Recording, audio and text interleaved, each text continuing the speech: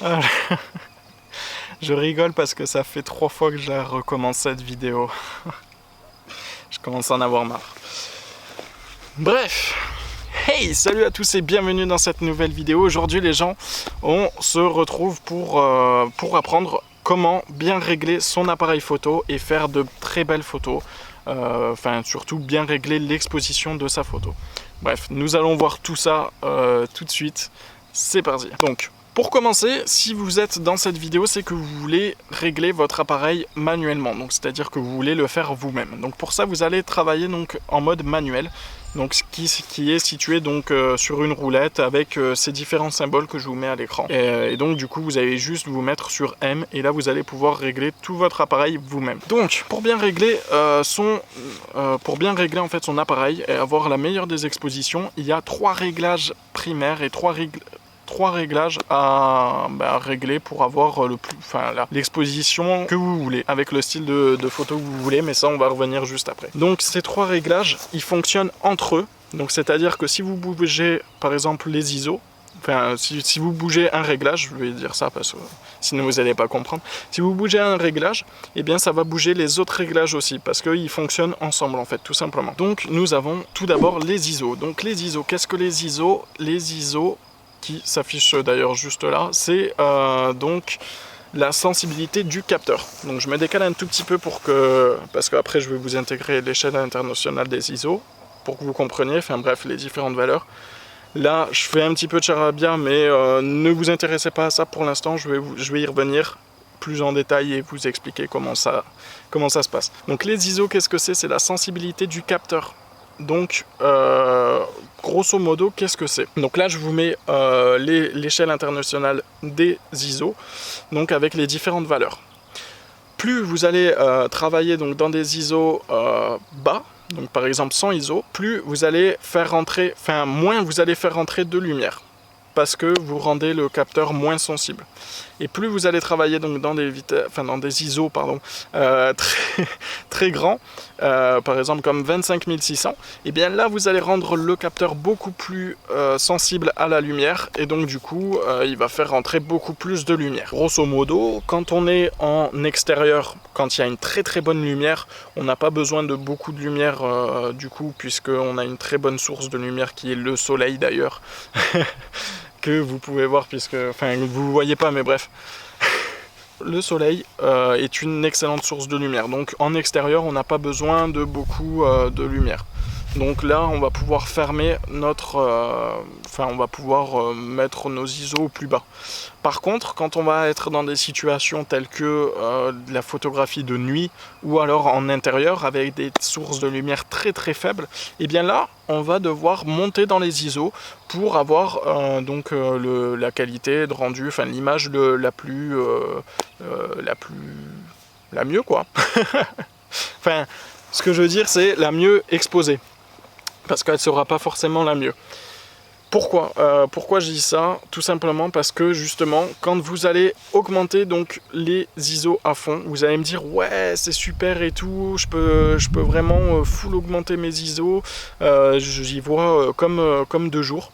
Mais là, c'est justement l'erreur à ne pas faire. Pourquoi? Parce que plus vous allez monter dans les ISO, certes, plus vous allez faire rentrer de la lumière, donc ça c'est très cool, mais par contre, vous allez détériorer l'image avec ce qu'on appelle du bruit numérique. Le bruit numérique, c'est quoi? C'est ça. Je vous mets 2 exemples d'images à l'écran. Donc une photo prise à 100 ISO, et l'autre photo prise à 25 000 ISO. Donc vous pouvez voir que dans la première image, vous n'avez pas un pet de bruit. Dans la deuxième image, vous voyez que l'image est très moche, mais vraiment moche. C'est horrible, quoi, ça pique les yeux. Donc voilà. Donc, en fait, comment paramétrer ces ISO, vous allez me dire, puisque si on les augmente trop, la qualité, elle est moche. Donc pour ça, je vais vous montrer, en fait, vous avez un palier, vous avez vraiment une valeur d'ISO à ne pas dépasser. Parce que si vous dépassez, vraiment, l'image sera vraiment trop moche. Et c'est vraiment pas utile. Vous n'allez pas pouvoir l'utiliser, cette image, par exemple, pour faire portfolio ou autre chose. Donc, Pour trouver cette valeur, qu'est-ce qu'il faut faire? En fait, vous allez tout simplement mettre la valeur à fond au maximum. Donc en général, c'est 25 600 ISO. Après, ça peut être plus suivant les boîtiers, ça dépend. En général, c'est 25 600 ISO. Vous allez vous mettre à fond de vos ISO, enfin au maximum de vos ISO, et vous allez descendre de 3 crans en dessous. Et donc là, vous allez trouver en gros la valeur d'ISO à ne pas dépasser. C'est-à-dire que si vous dépassez l'image, ben voilà, enfin si vous dépassez pardon, ce palier d'ISO, l'image sera pas super. Par contre, si vous passez en dessous, l'image sera nettement sera nettement mieux, mais par contre voilà, vous allez faire entrer moins de lumière. En général, ce palier il se résume à environ 3200 ISO. Ça dépend des appareils, comme je vous dis, ça dépend de pas mal de choses, mais en général, si vous descendez de 3 ou 4 crans, ça dépend, vous allez arriver à peu près à 3200 ISO. Si vous êtes avec par exemple des objectifs professionnels, là vous allez plutôt diviser votre valeur maximum par 2. Et vous allez trouver environ votre image le mieux quoi, en gros, mais l'ISO à ne pas dépasser. Voilà. Grosso modo, c'est ça. Donc pour les appareils professionnels, c'est à peu près 5000, 8000 ISO, ça dépend. Pour les autres, comme moi par exemple, moi c'est un semi-pro, mais mon boîtier il fait largement le taf, il n'y a pas de problème. Et c'est pas parce que vous avez un appareil semi-pro que vous n'êtes pas pro. Non, ça n'a rien à voir. C'est comme une voiture en fait. Si vous avez un mauvais pilote, vous avez beau avoir la meilleure voiture, si vous n'avez pas le pilote, vous n'allez rien avoir. Donc voilà, bon ça c'était juste une petite parenthèse que je faisais. Donc en gros, grosso modo, donc je fais juste un petit récapitulatif vite fait, je regarde juste, on est à 7 minutes, ok. Donc je vais essayer de faire vite pour pas que ce soit trop long et que ce soit appréciable à regarder. Plus vous allez dans les ISO élevés, plus vous allez pouvoir faire rentrer de lumière, mais vous allez avoir votre image qui va se détériorer et ça sera vraiment pas super. Donc plus vous allez travailler dans des ISO moins élevés, mieux ce sera et vous allez avoir une qualité vraiment super. Par contre, vous allez faire rentrer moins de lumière. C'est le petit désavantage. Si vous êtes en extérieur, je vais prendre deux situations pour que vous compreniez bien et que vous sachiez à petit peu près vous situer dans vos réglages. Si vous êtes en extérieur, comme là, vous avez une très très belle lumière, très bonne lumière. Vous pouvez travailler très facilement dans les 100 ISO. Pas besoin de faire plus. 100 ISO, c'est très bien. Et en plus, vous allez voir, vous n'avez pas vous avez même pas du tout de bruit. C'est super. Par contre, quand vous allez travailler donc en intérieur, ou en extérieur, mais que c'est la nuit, et bien là, vous allez devoir augmenter les ISO parce que c'est comme ça, vous êtes obligé parce qu'il n'y a pas assez de lumière et vous voulez faire rentrer de la lumière. Donc là, vous allez vous mettre grand maximum au palier que je vous ai dit. Après, c'est à vous de régler en fonction de l'exposition. Voilà, il y a plein de réglages à prendre en compte. Donc ensuite, pour le deuxième réglage, le réglage qui vient appuyer donc le premier réglage, c'est tout simplement la vitesse d'obturation. Donc qu'est-ce que la vitesse d'obturation ? En gros, dans votre appareil photo, il y a un rideau qui s'ouvre et qui se ferme. Et donc en fait, ce rideau, c'est exactement le même principe qu'un volet. Imaginons que vous allez à votre fenêtre, vous avez votre volet. Vous ouvrez en grand le volet, vous allez faire rentrer beaucoup de lumière. Donc c'est-à-dire que votre appartement sera bien lumineux. Enfin, vous n'avez même pas besoin d'allumer la lumière. Par contre, si vous fermez votre volet ou vous le mettez vraiment entrouvert avec une mini fine lumière qui arrive, là vous allez voir que votre appartement sera vraiment pas du tout lumineux et voilà, il fera nuit quoi en gros dans votre appartement. Pourquoi je dis appareil moi? Bref, en gros, la vitesse d'obturation, ça fonctionne exactement comme ça, c'est exactement pareil. Plus vous allez travailler, donc je vous mets pareil l'échelle internationale de la vitesse d'obturation, J'essaye de faire vite pour que ce soit le mieux pour vous Et donc du coup, plus vous allez travailler donc, dans des vitesses très rapides, comme par exemple 1 millième ou 1/4 millième, ça dépend, plus votre rideau en fait, il va être rapide, très rapide, mais ça veut dire qu'il va faire rentrer moins de lumière forcément. En revanche, si vous, par exemple, travaillez donc, dans des vitesses très très lentes, comme 1 seconde, 2 secondes, voire même 30 secondes, là vous allez avoir donc votre rideau qui va s'ouvrir pendant la durée que vous avez mis, donc par exemple 30 secondes, et ben il va s'ouvrir pendant 30 secondes, donc ça veut dire que là vous allez ramener beaucoup de lumière. Donc ça c'est super important, et donc en extérieur, on peut travailler avec des vitesses très rapides, et en intérieur on peut travailler avec des vitesses beaucoup plus lentes. Le problème étant, parce qu'il y a toujours des contraintes dans les réglages que je vais vous montrer, il y a toujours des petites contraintes. Donc si vous travaillez dans des vitesses très lentes pour faire rentrer le maximum de lumière, par exemple, imaginons que vous êtes dans la nuit, enfin imaginons que vous photographiez la rue, la ville, mais de nuit, et bien là, il va falloir faire rentrer beaucoup de lumière et donc du coup travailler dans des vitesses très lentes. Le problème étant, c'est que, en fait, en gros, si par exemple vous photographiez à 1 seconde, si vous mettez la vitesse d'obturation à 1 seconde, et bien c'est-à-dire que, en gros, votre appareil, il va ouvrir ses lamelles pendant 1 seconde. Et c'est-à-dire que pendant 1 seconde, vous, il ne faut pas que vous bougez, parce que si vous bougez, et bien vous allez voir que vous allez avoir un flou de bouger. Je vous mets tout de suite 2 exemples. Donc une avec une vitesse très rapide et une avec une vitesse très lente. Et vous allez voir qu'avec la vitesse très lente, eh bien, à main levée, c'est impossible de stabiliser l'image.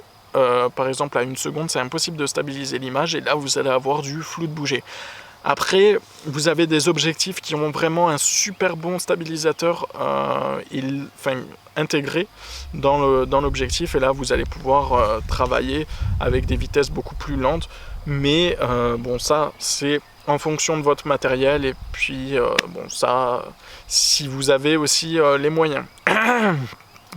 En gros, il y a une vitesse à ne pas dépasser à main levée, parce que sinon vous allez avoir du flou de bouger, c'est 1/15, mais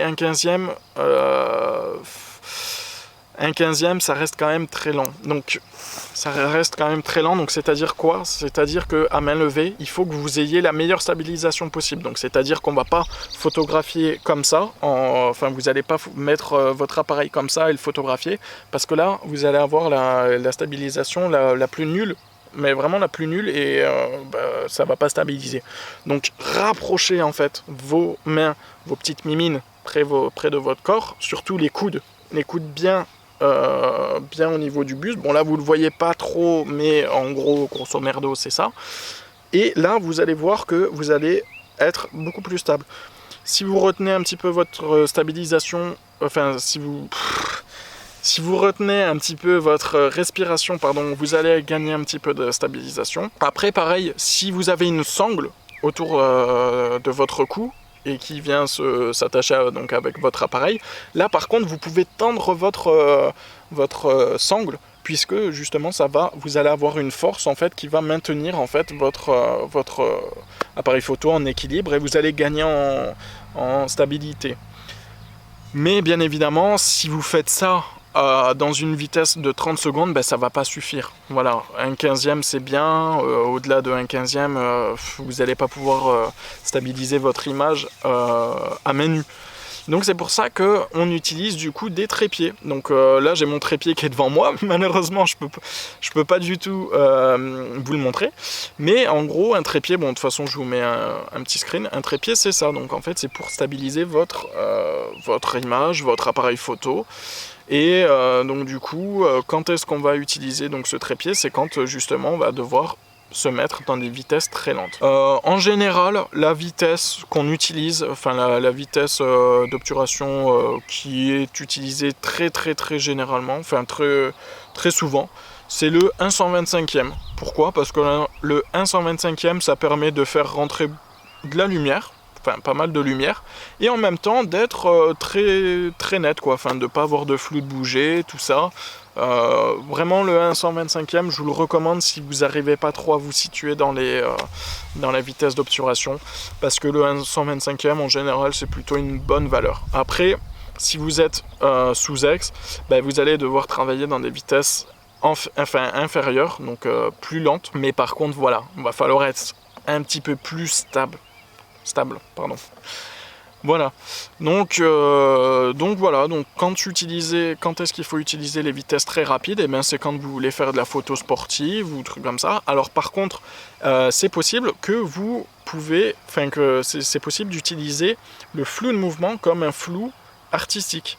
Comme par exemple les photos de filet, ça, c'est une photo avec un flou d'arrière-plan en fait, c'est tout simplement du flou de mouvement. Donc là, par contre, vous allez travailler dans des vitesses un petit peu plus lentes. Le filet, c'est une méthode que je vais évoquer peut-être dans des prochaines vidéos si vous voulez. D'ailleurs, mettez en commentaire si vous voulez que je vous fasse des tutos sur ça. De toute façon, je pense que sur ma chaîne, je vous ferai vraiment tous les tutos que je puisse faire parce que c'est vraiment... Voilà quoi, enfin c'est dédié à la photographie et moi je fais de la... Merde, non je déconne, je fais de la photographie. Donc voilà, donc en gros, quand est-ce qu'il faut utiliser les vitesses rapides? Donc c'est comme j'ai dit pour les photos sportives, en plein jour, bien sûr, parce que si vous ne le faites pas en plein jour, vous n'avez pas assez de lumière.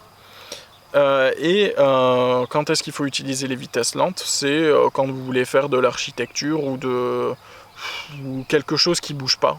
Ou alors quelque chose qui bouge mais vous... Ouais, non.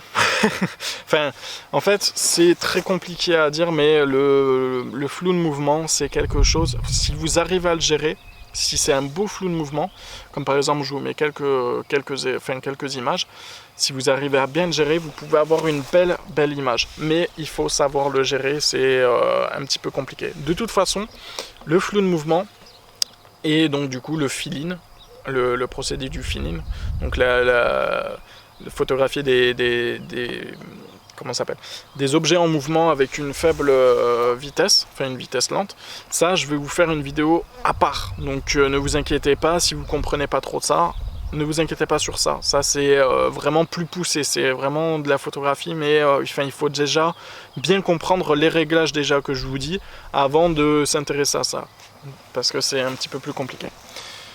Donc voilà, donc je vous ai présenté la vitesse d'obturation. Et maintenant, le dernier réglage très important, c'est le diaphragme. Le diaphragme, c'est quoi? C'est en gros une lentille, une iris qui est dans votre objectif, qui, si vous voulez faire rentrer beaucoup de lumière, va s'ouvrir. Et si à l'inverse, vous voulez faire rentrer moins de lumière, va se fermer. Et en gros, ce principe donc de cette iris, c'est exactement comme nos yeux. Donc c'est-à-dire quand vous êtes par exemple en plein jour avec une grosse lumière là qui vous fracasse là les yeux, hein, vous voyez là quand vous faites cette tête là. Et bien là, vos pupilles vont se fermer. Pourquoi? Parce que la quantité de lumière est beaucoup trop grosse et ça vous défonce les yeux. Donc du coup, votre pupille va se fermer pour faire rentrer moins de lumière en gros. Et à l'inverse, si vous êtes dans des situations de nuit ou en intérieur aussi, et bien là, vous allez ouvrir, donc les yeux vont s'ouvrir pour faire rentrer plus de lumière. Le diaphragme, c'est exactement pareil, c'est le même procédé, c'est vraiment ça. Donc c'est-à-dire que, donc là je vous mets pareil, hein, l'échelle internationale des diaphragmes, donc avec les différentes valeurs. Si on travaille avec des diaphragmes avec une valeur très petite, donc c'est là par contre c'est l'inverse en fait, c'est un petit peu bizarre à comprendre au début, mais si vous allez travailler avec des diaphragmes très petits, donc des valeurs très petites, vous allez avoir une grosse ouverture. Et c'est pas l'inverse en fait, c'est plus vous allez travailler donc dans des valeurs petites et plus vous allez avoir une grosse ouverture, donc vous allez pouvoir ramener beaucoup de lumière. Donc ça c'est très utilisé pour la nuit ou les photos d'intérieur. C'est beaucoup utilisé pour l'extérieur, mais dans une autre discipline. Enfin, en fait, c'est un autre fonctionnement, en fait. Je vais vous expliquer après, parce que ça vient après, et c'est lié à ça. Donc, je vais vous l'expliquer, mais d'abord, on va voir l'exposition, parce que c'est le plus important. Donc du coup, si vous travaillez donc, dans des vitesses faut que j'arrête. faut que j'arrête. Faut que j'arrête, ah là là. Non, en gros, si vous travaillez donc dans des diaphragmes très fermés, avec des grandes valeurs, donc par exemple 22, style un diaph de 22 ou 32, enfin ça dépend. Là, vous allez fermer en gros votre diaphragme. Donc, ah putain, j'ai mal un petit peu là à ma jambe. On fait un petit peu de sport. Donc, en gros, grosso modo, quand on a des situations où on n'a pas beaucoup de lumière, par exemple dans la nuit, par exemple, quand on fait des photos de nuit, ben là, on va devoir ouvrir le diaphragme à fond, donc pour faire rentrer le maximum de lumière. Et donc ça se résume à travailler avec des vitesses, avec des valeurs, si j'y arrive, avec des valeurs très faibles, comme 1,8, 1,8, 2, 2,8, 4, ça dépend des objectifs en fait. S'il y a des objectifs qui vont ouvrir à 6 et quelques, 6,5 je crois. Il y a des objectifs, enfin voilà, ça dépend des objectifs.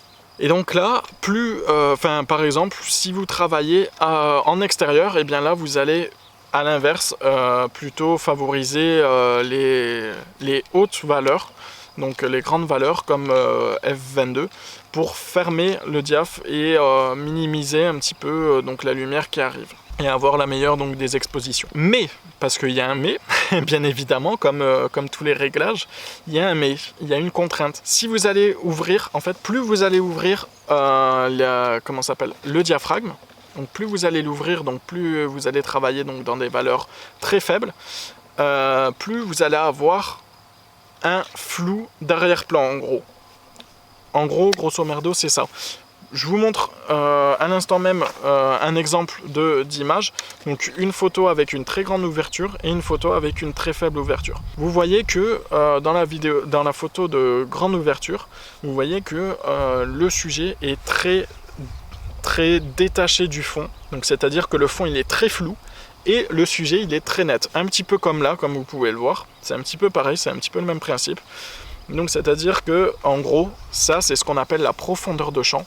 Donc plus vous allez ouvrir votre diaphragme et moins vous allez avoir de profondeur de champ. Donc à l'inverse, quand vous allez travailler avec des diaphragmes très fermés, donc par exemple F22, et bien là vous allez pouvoir avoir le maximum, mais vraiment le maximum de détails. Donc c'est-à-dire que tout va être net de ici là à moi jusqu'au fond là-bas. Voilà, comme je vous ai montré dans les deux exemples, je vous le remets là vite fait à l'écran. Voilà, donc dans l'exemple où vous avez une ouverture qui est très fermée, enfin un diaphragme qui est très fermé, pardon, et bien voilà, vous allez voir que votre sujet va être net, mais l'arrière-plan va être net aussi. Donc ça, il faut faire très attention pour le portrait, parce qu'en général, pour le portrait, quand vous faites des beaux portraits, on a plus tendance à détacher la personne du fond. Donc c'est-à-dire ouvrir le diaphragme. Mais comme je vous ai dit avant, si vous ouvrez le diaphragme, vous allez faire entrer beaucoup de lumière. Donc c'est-à-dire que comme vous êtes en extérieur, par exemple, vous avez beaucoup de lumière, donc il va falloir il va falloir travailler soit dans des vitesses d'obturation plus rapides, ou soit baisser les ISO. Si vous avez possibilité de baisser les ISO au minimum, comme je vous ai dit, c'est le mieux parce que vous allez vraiment pas avoir de grains, mais en même temps, si vous allez travailler donc dans des vitesses beaucoup plus beaucoup plus rapides, et bien vous allez avoir donc de la netteté, enfin beaucoup plus de piqué dans l'image, et ça c'est ce qu'on aime. Mais je dis pas que le flou de mouvement, il faut pas l'utiliser. Au contraire, le flou de mouvement, il peut être très bien utilisé, mais ça, comme je vous ai dit, tout ça, c'est vraiment plus poussé. C'est vraiment des techniques beaucoup plus poussées, et c'est pour ça que je vais vous en parler, mais dans d'autres vidéos, parce que c'est vraiment beaucoup plus poussé. Déjà, il faut que vous compreniez bien ces trois réglages, et d'ailleurs, je vous mets un petit schéma d'ailleurs à la fin pour que vous compreniez bien tout. Donc dans ce schéma, voilà, vous pouvez voir que vous avez donc vous avez les différents réglages, donc les ISO, donc avec leur fonction. Donc si vous avez beaucoup plus d'ISO, voilà, l'image comme vous pouvez le voir, elle est beaucoup plus bruitée. Si vous allez par exemple les vitesses, si vous travaillez dans des vitesses très lentes, ben, vous voyez qu'il y aura du flou de mouvement, comme sur le petit bonhomme là que vous voyez. À l'inverse, donc si vous travaillez donc avec des vitesses très rapides, vous allez avoir donc le petit bonhomme qui sera net. Et pareil pour le diaphragme. Donc en fait là vous avez le petit bonhomme qui est net partout. Ça change pas puisqu'on fait la mise au point sur le bonhomme. Mais par contre vous allez voir que l'arrière-plan, eh ben, il va être beaucoup plus flou. Suivant l'ouverture. Donc si vous allez l'ouvrir, si vous allez avoir une grande ouverture, là votre fond sera flou. Et ça c'est vraiment super pour les photos de portrait. Voilà. Vraiment ces trois réglages, ils sont très importants pour l'exposition et même pour tout, comme je vous ai dit, la profondeur de champ, tout ça, vraiment pour beaucoup de choses, mais il faut vraiment que vous compreniez ça. C'est un petit peu compliqué au début à comprendre, à gérer tout ça, mais voilà. Ne quittez surtout pas la vidéo parce que j'ai une petite astuce justement pour remédier à ça. Alors déjà, pour remédier à ça, pour savoir si par exemple, imaginons on fait des réglages, tout ça, par exemple, je ne sais pas moi, 100 ISO, un diaphragme à 2.8 pour avoir l'arrière-plan le plus flou possible, et avoir un grand détachement entre le sujet et le fond. Et si par exemple on se met à 1/125e, comme je vous ai dit tout à l'heure, c'est possible, suivant la lumière, comment elle est, c'est possible que votre image soit sous-ex ou sur-ex, ça dépend. Donc pour savoir quand est-ce que l'image est sous-ex ou sur-ex, si vous travaillez dans la visée, donc par exemple si vous êtes sur réflexe, que vous visez donc dans votre appareil, vous allez voir que dans votre appareil, vous avez une petite cellule avec 0, 1+, plus 1, plus 2, plus 3, et à l'inverse, à gauche, vous allez avoir -1, -2, -3. En gros, pour que votre image soit bien exposée, généralement, il faut que la cellule arrive au 0. Si vous êtes à +1, ça veut dire que l'image est surexposée, donc là, il va falloir changer vos valeurs, comme je vous ai dit juste avant. Et à l'inverse, si votre image est sous-exposée, il va falloir du coup la surexposer pour qu'elle soit bien exposée au final, pour qu'elle soit ni trop claire ni trop sombre. Voilà, donc c'est très compliqué, comme je vous ai dit, à gérer parce que voilà, il y a pas mal de choses à prendre en compte. C'est très compliqué, mais une fois que vous savez gérer ces trois paramètres, c'est vraiment, vous êtes les boss quoi. Vous pouvez tout paramétrer, vous pouvez vraiment vous amuser à fond. Voilà, j'espère que cette vidéo vous aura plu, n'hésitez pas à liker, et d'ailleurs ça me fait très plaisir puisque justement ça me montrerait que vous êtes présent et que vous aimez bien mes vidéos. N'hésitez pas à mettre dans les commentaires d'ailleurs si vous avez par exemple des suggestions, si vous avez des questions, ou si vous avez par exemple des conseils pour moi, pour améliorer mes vidéos, tout ça, il n'y a pas de problème, je suis ouvert à tous les commentaires, donc n'hésitez vraiment pas à écrire dans les commentaires, et du coup abonnez-vous et activez la cloche des notifications, ça me ferait très plaisir puisque du coup vous pourrez savoir quand est-ce que mes vidéos sortent, et voilà, donc abonnez-vous, ça fait vraiment beaucoup aider la chaîne, ça me fait beaucoup aider à moi, et ça vous prend 2 secondes, vraiment 2 secondes, vous avez juste à cliquer sur le logo, sur abonner, et moi ça m'aide beaucoup. Voilà, sur ce les gens, je vous dis ciao.